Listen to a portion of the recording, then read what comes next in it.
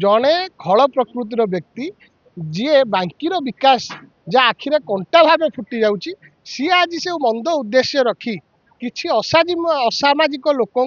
से मंद उद्देश्य नियोजित कर निवेदन करने को चाहिए राजनीति कौन पे करूँ बांकी विकास पे करूँ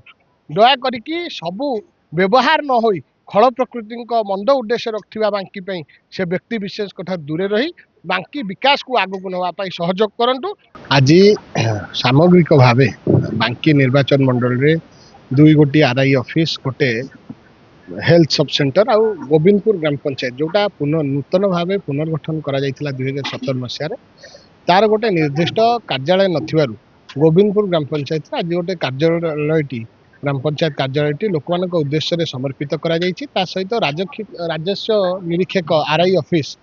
जो असुविधा होता भगीपुर गाँव ग्रामवासी को उद्देश्य रे आरआई ऑफिस कईमुंडी ठारे आरआई ऑफिस ये सब कथा विभिन्न डेवलपमेंटल कार्यक्रम आज तार लोकार्पण उत्सव जो द्वारा साधारण लोकों पे आज सब कार्यक्रम समर्पित अच्छी।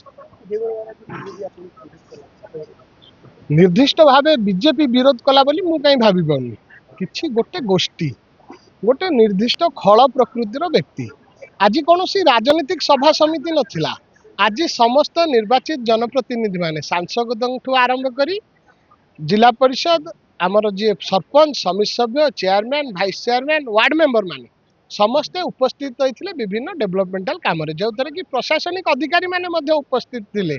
से कार्य को विरोध करने माने कौन जड़े खल प्रकृतिर व्यक्ति जी बांकीर विकास जहाँ आखिरे कंटा भाव फुटी जाऊँगी सी आज से मंद उद्देश्य रखी किसी असामाजिक लोक से मंद उद्देश्य नियोजित कर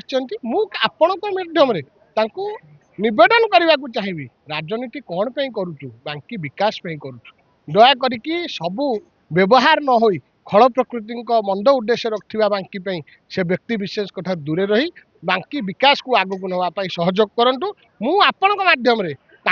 नवेदन कर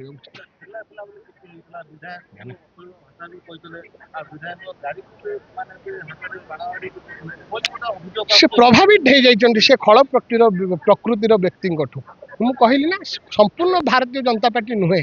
एटी प्रसन्न बाबू अच्छा जे परिचित भारतीय जनता पार्टी जड़े कर्मकर्ता बहु भारतीय जनता पार्टी कर्मकर्ता सहयोग अच्छी से मैंने चाहते बांकीर विकास राजनीति कर बांकी विकास किंतु किसी मंद उद्देश्य थिबा व्यक्ति जो माने मुख्यमंत्री गस्त को विरोध करते गोटे समय बांकुर सांस्कृतिक जागरण को आगक नापी आम जो 25 वर्ष पालन कलु जो व्यक्ति विशेष माने से निवृत्त रही आज से व्यक्ति किसी लोक को प्रभावित करी से एक अपचेष्टा कर निवेदन करुच्चे मुख्य स्रोत को चली आसतु बांकी विकास को आगक नबार सहयोग करूँ।